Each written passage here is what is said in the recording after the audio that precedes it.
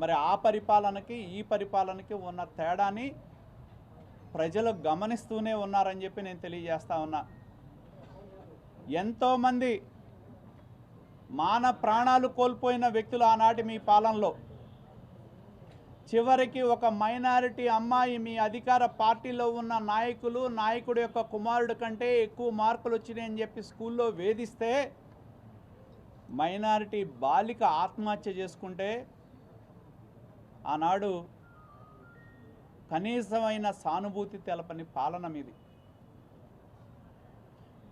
కర్నూలు జిల్లాలో ఒక ముస్లిం కుటుంబం పోలీసుల వేధింపు వల్ల, ఆనాటి మీ నాయకుల వేధింపుల వల్ల కుటుంబంతో సహా వెళ్ళి రైలు కింద పడి చనిపోతే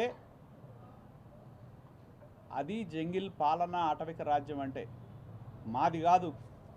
ఈరోజు ఎక్కడ అన్యాయం జరిగినా, అక్రమం జరిగినా, దాడులు జరిగినా, గంజాయి అమ్మినా శాంతి భద్రతల పట్ల మా ప్రభుత్వం కఠినంగా ఉంటాం. ఇవాళ చూస్తూ ఉన్నాం. మరి అటువంటి మీరు పదే పదే ఇవాళ ఈ ప్రభుత్వం మీద బురద జల్లే ఆలోచనతో తప్పితే ఇంకొక ఆలోచనతో మీరు వ్యాఖ్యలు చేయటంలా.